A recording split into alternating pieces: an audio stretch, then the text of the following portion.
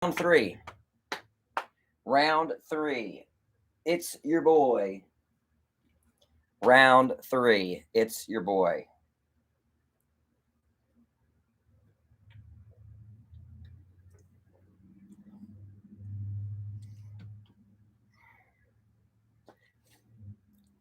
Thank you, Trent.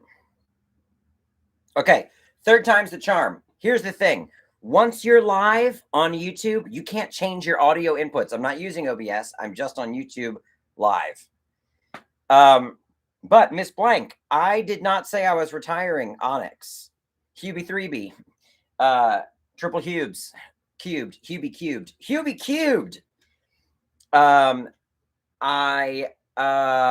said I'd retire Onyx if we didn't get to make the movie. The fact that we're making the movie, yes, there's a world where we make the movie and it does okay, but it's kind of a cult following and there's no real way forward with Onyx, so he's retired. But my goal is that we at least get to make a sequel because I have a bunch of ideas for the sequel. And maybe the sequel doesn't make anybody any money because it's too big of a swing. But who knows? Who knows? But no, I'm not retiring the character. What's nice about the movie is that it ages him up a little bit so that maybe he can have a little more longevity. Because I think the Onyx, the origination of Onyx, he was a man-child that lived in his mother's basement, and the movie pushes him into a different context. So if he's the only thing that works for me out here, maybe I can do a couple more projects with him. Yeah, I don't know. My fucking mic, my Yeti. Who the fuck knows? It's my fault or it's the mic's fault. But got these are really excuse me. They're really thick. They're thick boys, which I think is good, you know? Also, so if you got a poster, and then if you got a photo, I didn't realize how in sync these were color scheme wise, but I am a blue and purple hound dog. So, oh my gosh, Sammy, that is a loaded question. How do you plan for a successful Kickstarter? Man, I'm going to autograph these. We sent you a message on Kickstarter, so don't forget us. Miss Blank, what'd you send? I checked my Kickstarter messages. I checked them just the other night. I'm going to sign one just because I want to see what it looks like, but I like how thick they are. They're good. They're like the type of thing you'd sell at a convention, and I feel like you'd feel like it was worth it, right?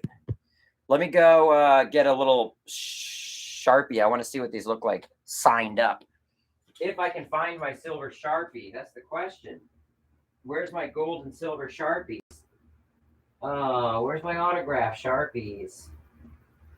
Oh, I don't know where they are. Oh no, baby. Oh, look, it's a wild Grem dog. Buddy, just eat dinner. Just eat dinner, buddy. Oh my gosh. I sound like I'm lying, but he does not run away from me anymore. This is not his MO anymore. It's just not. He hangs out. He parties with me. He chills. He loves me. I love him. Okay, Miss Blank. It was about the glitch that happened that moved our tier. Wow, I don't know if I gotta. What is your name on Kickstarter? Because I don't know if I've seen that. But I'm gonna check again. A glitch that moved your tier. Logan, ask me the question again. I didn't see it. Oh, sorry. You like my shorts? Oh, you want to get espresso wrap? Thank you for the $5. You want the poster signed on the stream? Movie's been pushed back. That was the last big announcement. Yes, that's true. Stuff has not been sent out yet. I've nearly got every physical reward in-house. Posters, stickers, the pins, The Crow art print is coming in soon. The Onyx Evolution print is coming in soon. 2 of the t-shirts are coming in soon. 3 of the t-shirts have been ordered but are really backlogged. The ringer tee that says "Notice Me, Senpai" has that logo, was really back ordered, but I really wanted a black tee with red ringer, so I ordered them, and I'm waiting. Supply chain issues like a motherfucker, dude. Even these took way longer than they were supposed to. Yes, I got these shorts from the UPS man.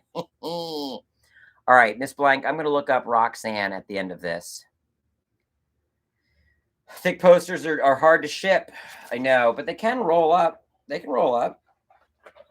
You know what I mean? There we go. It's the same way we would do it if we were, if they were thinner. Logan, what was your question? Would you consider doing a character podcast like Kevin Smith does with Fat Man and Beyond? Can you clarify? I've never listened to his podcast. Do you mean me staying in character as Onyx for a podcast? Because that is a hard no. Because it's exhausting to improvise as Onyx. Oh, Charles, you've never made a stream before? Well, get ready, dude. We get crazy on these streams. Trent, what was your question about backer stuff? I'm going to be signing these posters and stuff as Bowser. I mean, is that cool, or are people going to be like, they wanted it to be Onyx? But like, I would just rather sign it as Bowser. Okay, where's the spot?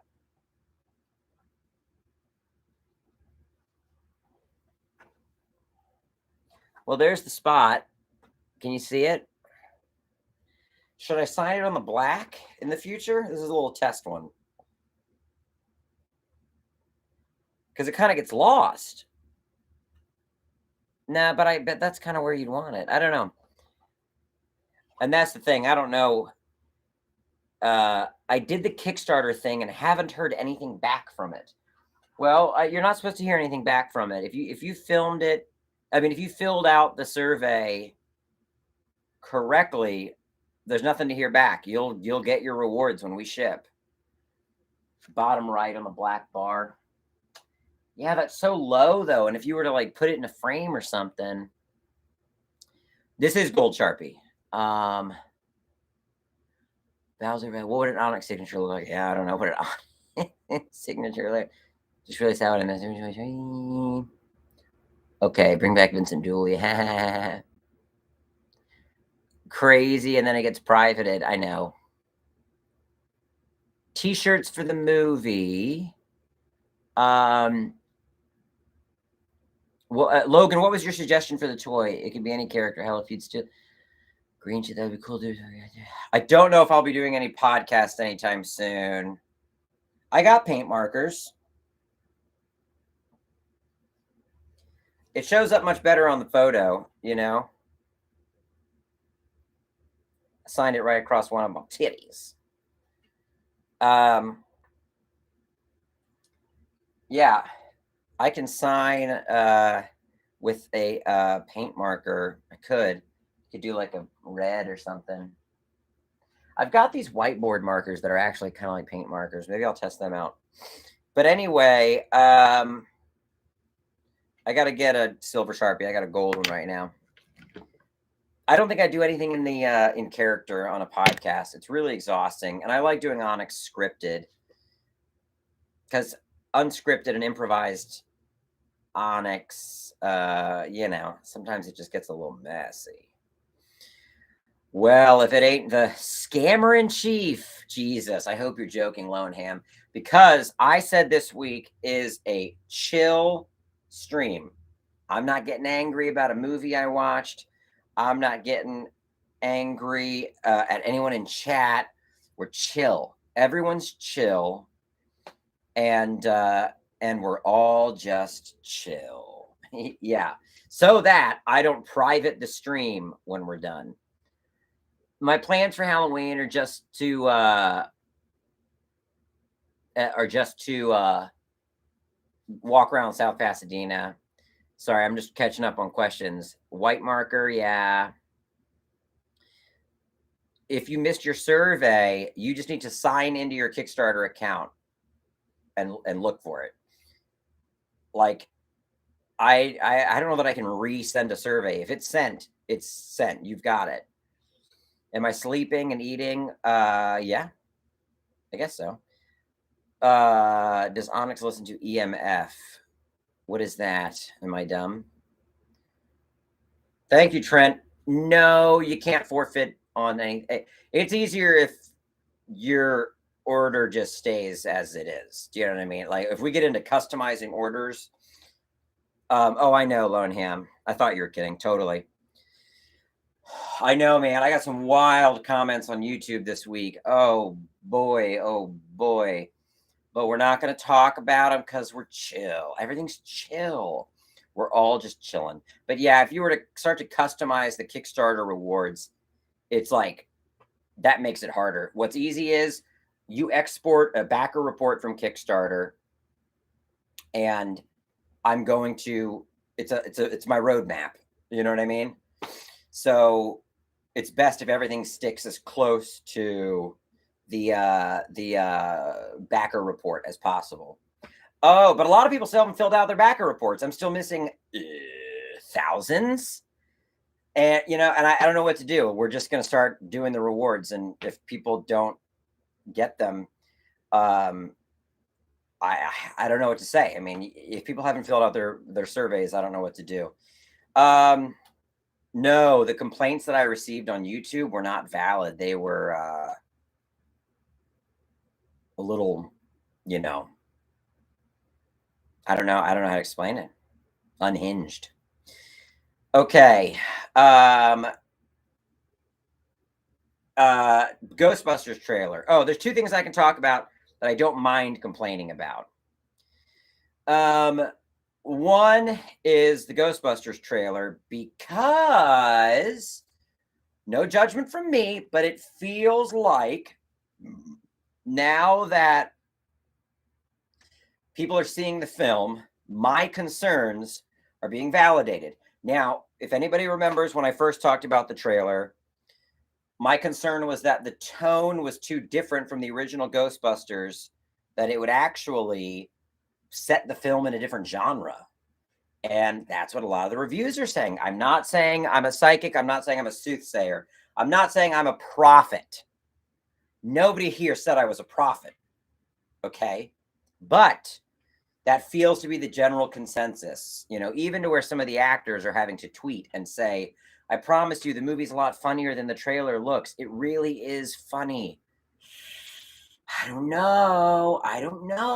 The weird thing is, what I'm hearing is that not only is the tone too somber, too straight, too dramatic, but it's also so awkwardly stuffed with fan service that those two things kind of compete with each other.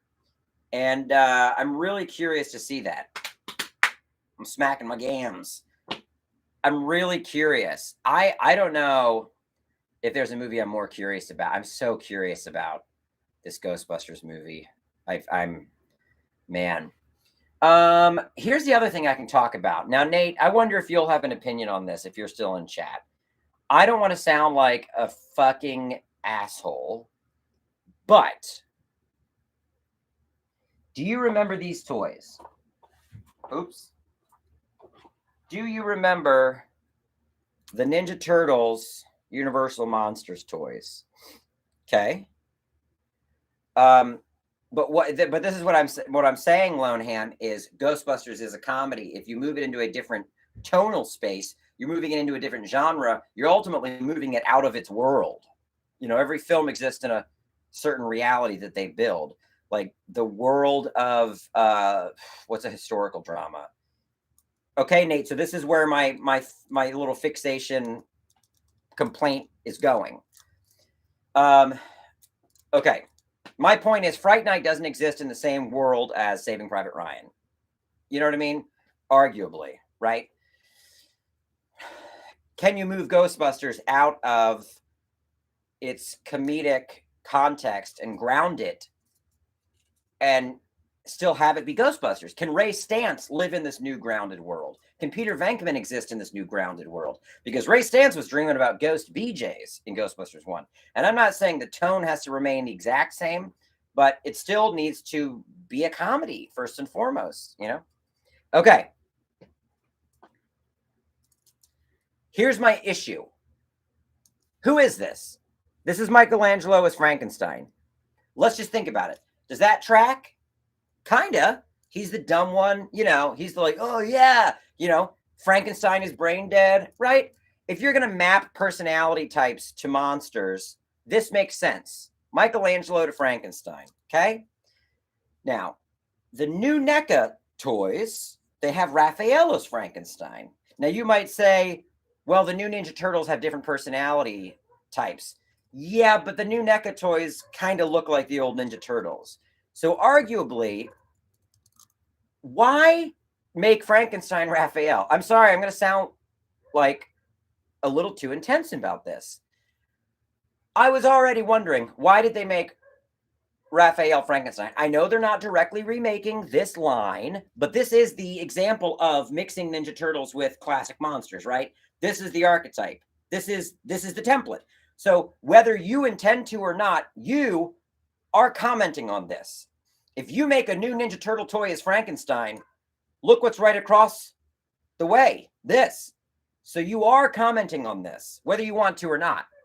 If you remake Fright Night, and at the junket they say, well, so what is this like compared to the original? And you say, you know what? We didn't even really think about the original. We're not remaking that film specifically. It's a new vision. Okay, have fun with that, but also fuck off, because you are remaking Fright Night. When you're remaking something, your creation does not exist in a vacuum. It exists in relation to something that came previously. I don't care if creatively you said, but our new ones don't have anything to do with this. Well, they do. They do by their nature. They do by this existing. You don't get to choose that this new thing has nothing to do with this, because this thing exists. You can't remove it. Same with the Halloween sequels. You know what I'm saying? You can do all you want to say, we're retconning, new timeline, blah, blah, blah, blah, blah. At the end of the day, everything you're making is directly relating to the thing that you're remaking. Bottom line. So why'd you make Raphael Frankenstein? I just want to know the logic. I want to know that somebody said, it's not going to be Mikey this time. It's going to be Raph. Why? Okay? Why? Now, I eagerly waited for the new image to be posted of the next toy, and it's Leonardo. Okay? Now, hold on. Who is Leonardo? Does anybody want to guess? Does anybody want to guess who Leonardo is? What movie monster did they make him? What movie monster did they make him? You're saying Mummy. Somebody already knows it. Mummy. Wife of Frankenstein. Hyde. Dracula. It's Igor. So wait a minute. First of all, okay. Are you only making Ninja Turtles now in the Frankenstein universe? So Leonardo, the leader, is the sidekick to a Dr. Frankenstein. Who's going to be your Dr. Frankenstein? Or are you going to do Frankenstein, Igor, and then Dracula, and you're going to move on to different monsters? How imbalanced is that going to be? What are we doing? That's all I'm asking. I just want to know what we're doing. And so Don will be Dr. Frankenstein. That's what you would guess, right? The inventor, right? The gadgets. If they make Donatello Dr. Frankenstein, and Raph is Frankenstein, and Leo is Igor, then who's Michelangelo in that world? Who else is there in the Frankenstein world? Right, Mikey is Bride of Frankenstein. But DJ, this is the thing. Nate, you said the same thing. You doubt they thought of it, but you know they think of it. they have to go through so many different designs of these things. Splinter, you know what I mean? So anyway, that's what I'm hot about this week. Because I want these toys, and I want to buy them without fucking thinking twice about it. Mikey's just the villager in distress. Maybe. But then if you jump to it not being Frankenstein, you got 2 in the Frankenstein world, and then you got 2 from other movies, from other works of fiction. Van Helsing. Okay. But now you're talking Dracula. So is that what we're going to do? Leo and Raph are from Frankenstein, and then Mikey and Donatello are from Dracula? I mean, what do you mean they've made 8 so far? They've already made 8 of these Ninja Turtle monster NECA toys?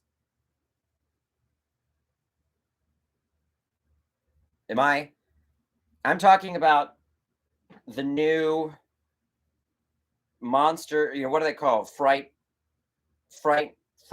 Nights of Fright NECA toys. Outside of the Ghostbusters trailer and the Ninja Turtles toys, I don't know that I have much to rant about, because I think last week we ranted. Oh, yes. No, I know they haven't announced them. Okay, so they're making 8. Okay, that's good to know. Okay, yeah. Shit. I'm so curious, man. I got to see how this plays out. I need there to be a certain amount of congruency. You know what I mean? I need to be able to look at all of them and go, that makes sense now. I get why Raph is Frankenstein. You could say Raph is Frankenstein because he loses his temper. I get that. I get it if here's what you're saying. I get it if you're saying we're trying to reference more adult Ninja Turtles. So we're not going by the cartoon. So it's not dumb Michelangelo. But we will focus on the harder sides of their personalities. Oh, R Sharp. Yes, please. Because that way I could see you highlighting Raphael's bad boy side and making him Frankenstein. But do you think of Frankenstein as a bad boy villain? He's under someone else's control, ultimately.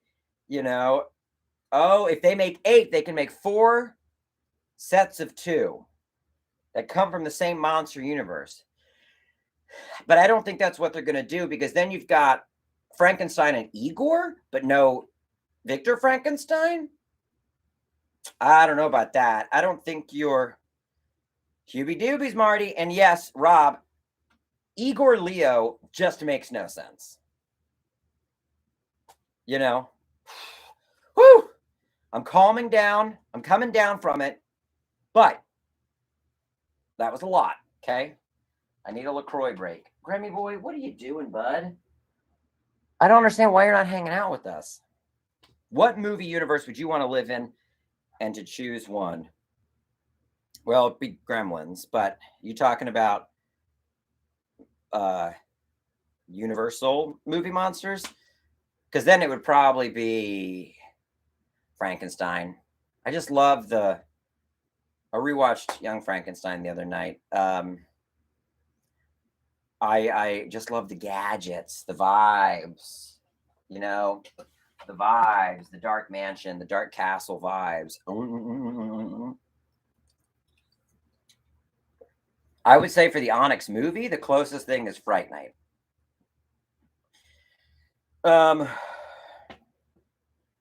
Yes, I've read Frankenstein. I've read Frankenstein. Last Halloween, I rewatched all the Universal classics. Rewatched Creech. Rewatched The Mums. Frankenstein, Dracula, Wolfman. Oh, Chucky, the TV show. Okay. We could talk about Chucky. Well, it's weird because now there's more Chucky films and content in this new tone than there are in the old tone. Tonally speaking, I'm always going to be a fan of Child's Play 1 and 2. So I never fully got on board with the super meta, even more absurd Chucky. I know that's weird to say. All Chucky is absurd, right? But I'm an original Child's Play boy. I'm a Tom Holland boy. You know, there's just something to Tom Holland's direction and how he handled filming the doll, filming the animatronics, and filming the humans that were doubling for the doll. That that's my Chucky. So the modern Chucky, I feel a little disconnected from tonally. I appreciate some of the themes they're getting into with the new show, and I do think the new show it's an enjoyable watch. Like I'm able to have fun watching it. But just tonally, it's not quite the Chucky that I kind of locked into. Also, what's going on with his design? Why does he look so different? Why does he look so different?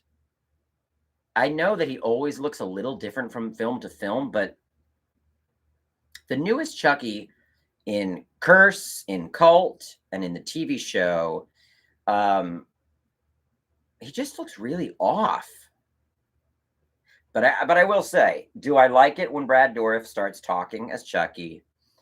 And am I there for Chucky having a successful TV show? Yes. I'm not going to. There's other remakes and reboots that I'm not on board with. So I'm not going to begrudge the Chucky TV show. I really like the title treatment. That's a weird thing to point out, but all the little bones or all the little doll pieces forming the word Chucky. I like that. Ralph is Frankenstein's monster. Mikey is the mummy? I think Raph was the mummy in the first one. Leo was the Wolfman. Don was Dracula. Mikey is the mummy. Why is Leo Igor? I'm sorry, I just can't let it go. Is Halloween better or worse with Laurie not being Michael's sister? My answer, it's worse. Well, let's put it this way. She doesn't need to be his sister, but they need to have some bond. There has to be a bond. He has to be obsessed with Laurie Strode. And it seems like in Halloween Kills, they're saying he's not obsessed with Laurie Strode. I don't think that works. I don't know what theme you got to replace the Strode Myers obsession theme. But I'm telling you, man, I rewatched H2O the other day. I rewatched 6 and H2O, and I don't see the flaws in the original timeline as much as other people do. And I know 6 isn't really technically connected to H2O. Even that is its own timeline. But they've got to have a bond. And there's more imagery that works in H2O than worked for me in Halloween Kills. Stuff that felt a little more iconic. So I don't know. Yeah, I just say make it his sister. Just make it his sister. Unless you got something else. Resurrection. Here's some trivia. I auditioned for Resurrection. I auditioned for the Ryan Merriman role. Someone can look that up. I think it's Ryan Merriman.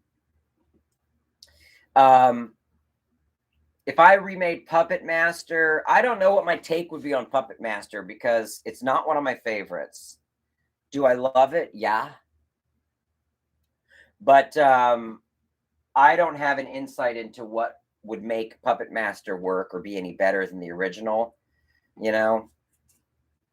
But Bobby, if you did that, if somebody said do a Puppet Master Ghoulies crossover, I'd lose my shit and I would do it, and I'd come up with something.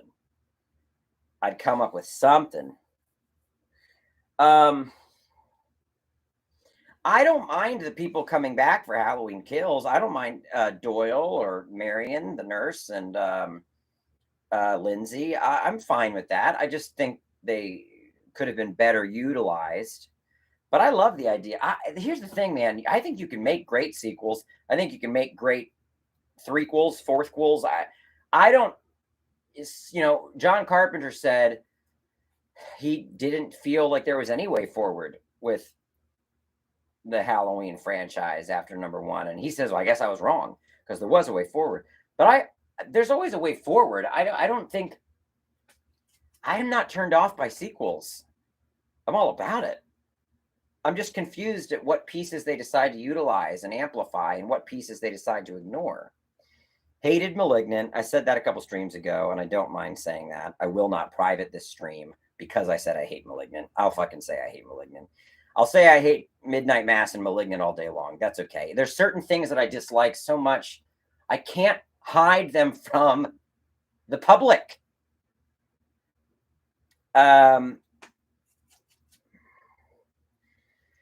Yeah, Marty, I know. Real confusing.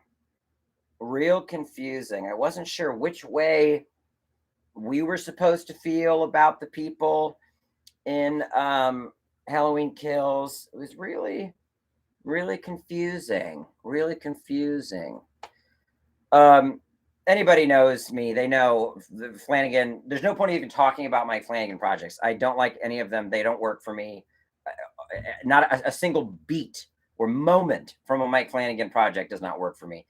It is a tone that I cannot engage with. I do not take seriously. I feel nothing in response to his work. I am completely disconnected from the worlds that he sets up. There's nothing there for me. So it's not a surprise. I mean, it's just there's nothing there. Whatever plug he has, I don't have the right. You know what I mean? Like I can't plug in. I can't plug in. It's all of his projects are non-starters for me. They're non-starters. And I've said that before. I can't hide it.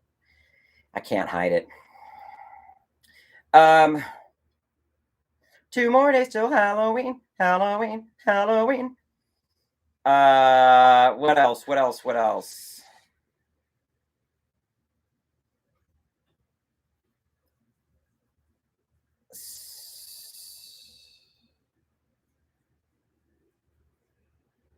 Hubie Halloween 2. See, Baron, I don't think Malignant is as self-aware as everyone is crediting it as. I don't think it is. I think it's slightly a room scenario where just because he says it's his homage to Giallo films and things that are a little over the top and camp, I don't think it means that whole thing is supposed to be a goof. Yeah, it's not. He's not a comedy director, so it's not there. You can't just, if you look at all of James Wan's films, when they're funny, they're unintentionally funny or they're real like basic funny. Do you know what I mean? Like think about Aquaman. Does anybody say like I fucking love Aquaman, dude? It's so funny, dude. I love all the jokes in Aquaman. It's so fun because they're such a funny. No, when James Wan movies are funny, they're unintentional or they're dad humor funny. So you're not going to be able to convince me that Malignant is some giant Andy Kaufman-esque Tony Clifton Trojan horse of a movie that's entirely self-aware and that is meant to be a send up or homage or parody of the Giallo films. There's some lighting choices that are Giallo, but Giallo is heightened throughout. Giallo doesn't feel like CW acting. Huh? Giallo doesn't feel like that. Giallo feels like opera. Did that movie feel like opera or did it feel like CW? That's a question. I think I felt like I was watching a CW show. I don't think I felt like I was watching an opera. Devil's Night? What? No, I'm not going to be at Devil's Night. Cowboy Bebop. I'm not going to watch Cowboy Bebop. I was never into Cowboy Bebop. But I love Darkman. Love Darkman. You know. What's up, Schwoop? Love Nick Cave. Yeah, yes. Malignant wasn't self-aware, but there's something about it. It's kind of like trash to me, for which it is enjoyable. Yeah, I know. I can't enjoy it for the kind of that energy. I don't know. It turns me off. Okay, Scream. Okay, well, here's my thing. Can anything, and I'll say this about Scream and I'll say this about Evil Dead. Can anything new be done with Scream and Evil Dead without Kevin Williamson and Wes Craven and without Sam Raimi and Bruce Campbell? What is Scream without Kevin Williamson and Wes Craven? What is Evil Dead without Sam Raimi and Bruce Campbell? A zombie movie? A possession movie? Is it going to be Army of the Dead? What is it going to be? Is there a world where Evil Dead Rises is the best of the franchise? If not, why make it? Is there a world where Scream 5 is the best of the franchise? If not, why make it? And I'm not talking about from a business perspective. I know why they're making them from a business perspective. The Evil Dead remake can get off my property. I don't need I don't need the Evil Dead remake. I don't need that. I don't need I know what you're going through, but you weren't there for mom and you weren't there for dad, but I wasn't there for you either. I know, but now this cabin is kind of a metaphor for our sibling problems. Not here for it. Not here for it. Not here for it. Not here for it. Evil Dead, Ash versus Evil Dead. I enjoyed season 1 and then almost all of season 2 until that showrunner Craig left and the show went to hell. Jane Levy kicks ass. That's the thing. I'm not saying there's not good things about these films, but I don't need it. Do I need the Evil Dead remake on my shelf? Do I need the Evil Dead remake on my shelf? Onyx 2 does have to be better than the first Onyx movie. There has to be something you're exploring that at least tricks your creator brain into thinking it's better, even though ultimately it might not be.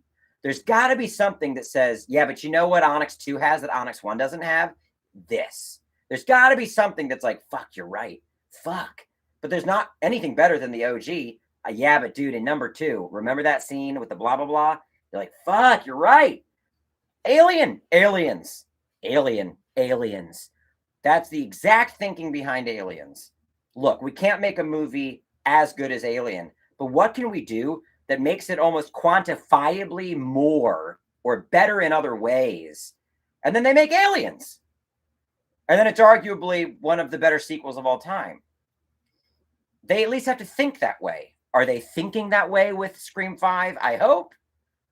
Maybe if they bring back Stu and he's been masterminding this whole thing. But I just don't know. Scream 4 was already the new kids. And for anyone that hasn't seen Scream 4, you know, the villain was the girl that wanted to be the victim for the infamy. So where do we go from here thematically? What can the dynamic be that you're investigating that next levels what makes Scream work?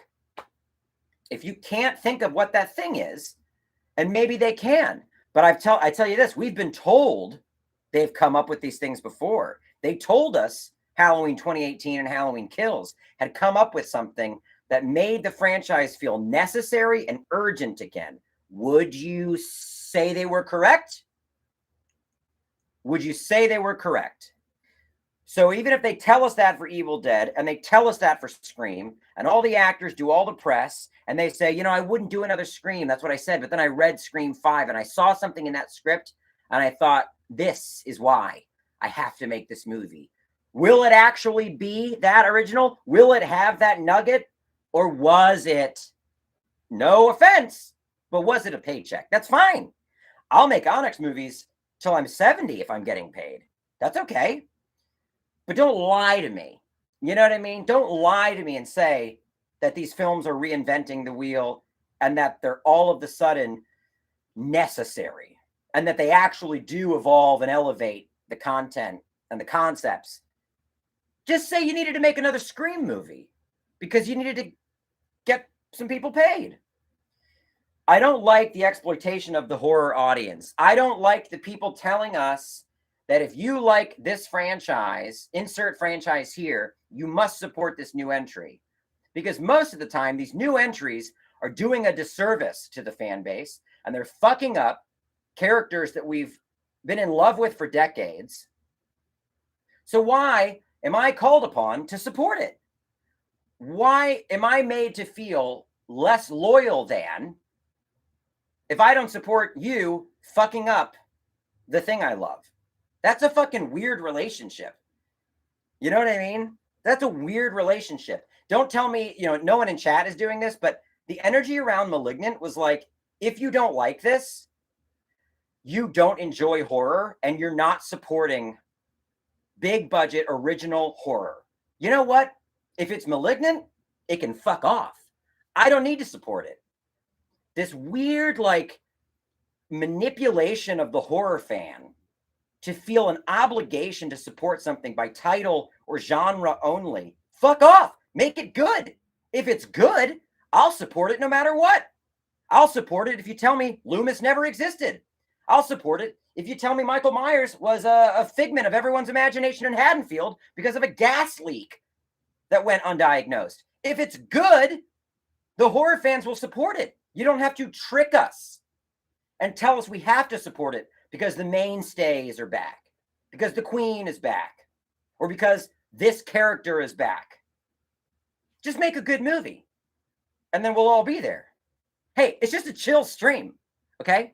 We're all chilling here. So let us chill, like what we like. Don't force feed us nostalgia to exploit our allegiance, and let's all just chill.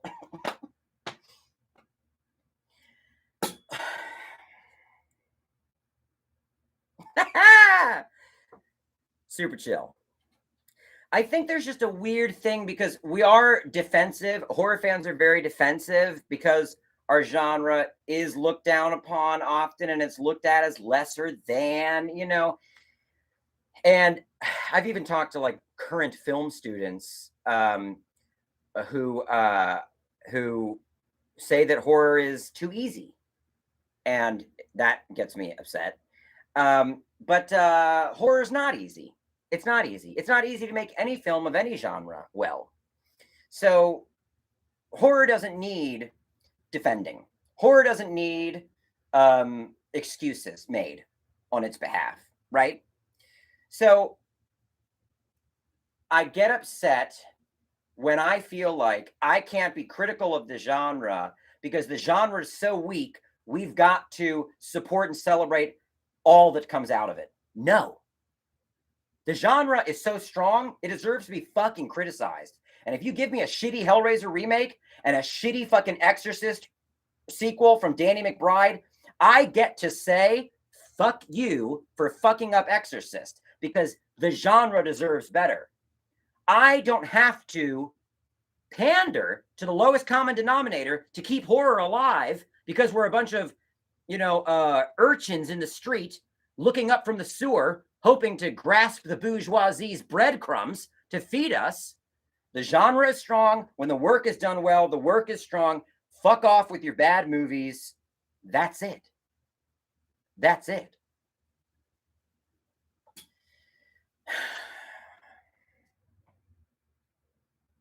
I don't like most found footage movies. I'm not going to delete it. I've already said I'm not deleting this one. It's chill. We're all just chilling here and we're having fun and we're chill. And I'm yelling so loud, Grummy Boy's hiding under the couch, but I'm chill. Okay? We're just chill. I'm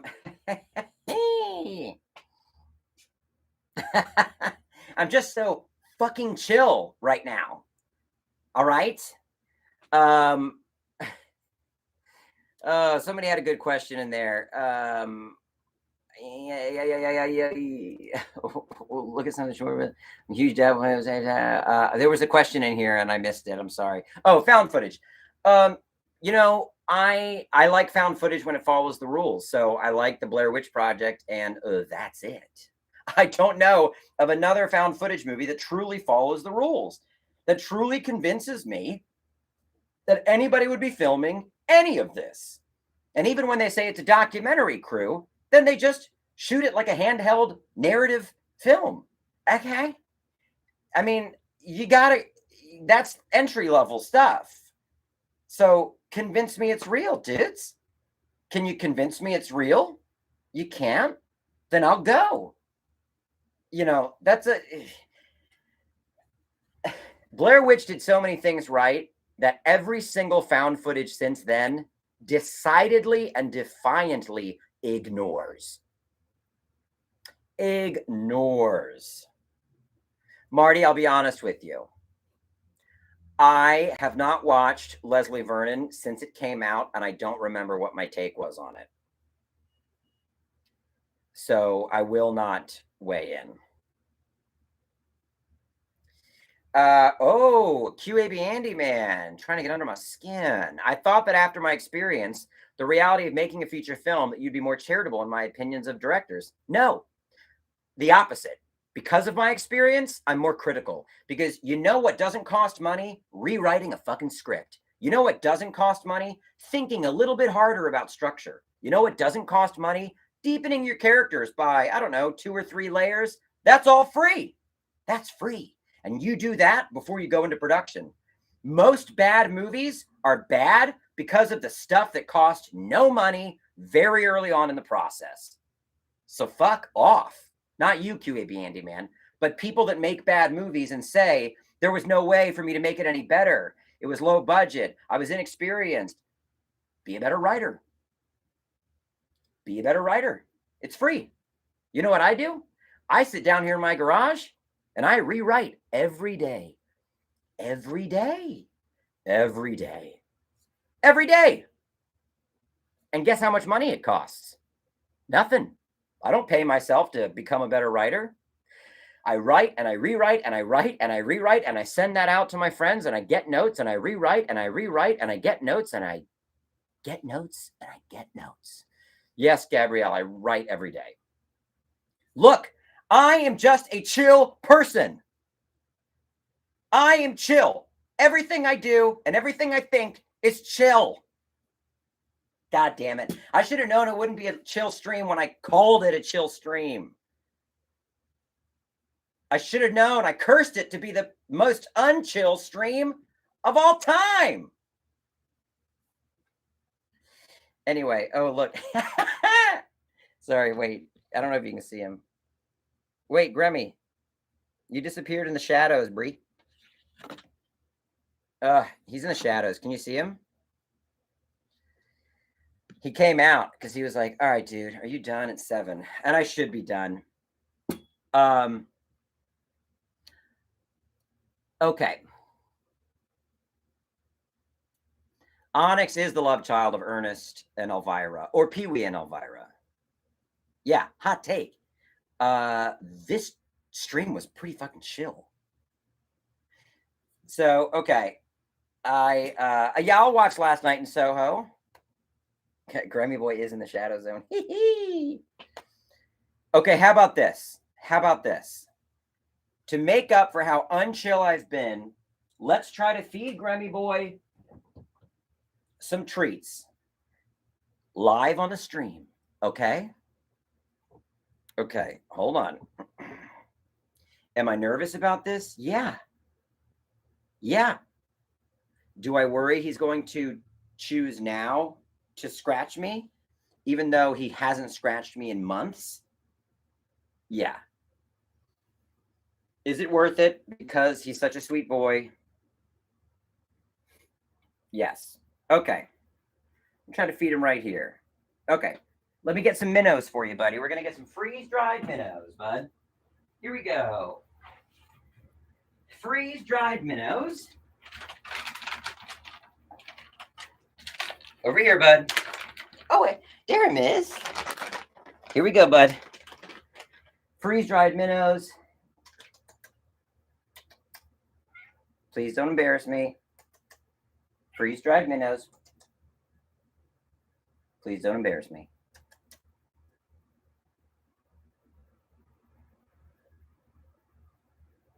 Buddy, this is like when, hey, this is like when, was it Daffy Duck that had the singing frog and then he wouldn't sing? Come here. Well, now he's eating his dinner.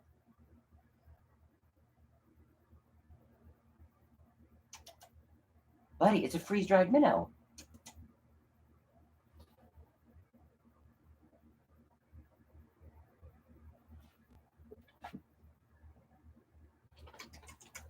Buddy, look.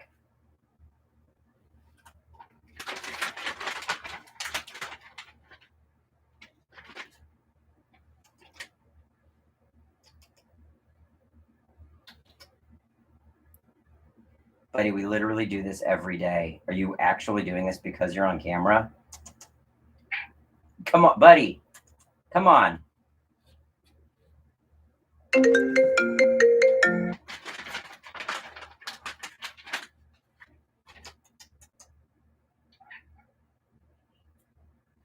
Well, wait, I dropped it. Hold on, buddy.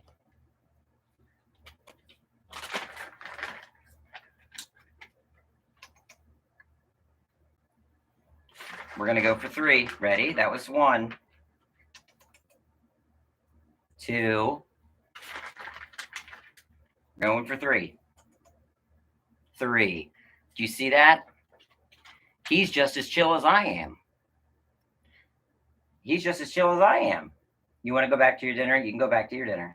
Okay, go back to your dinner. Okay. Oh my gosh.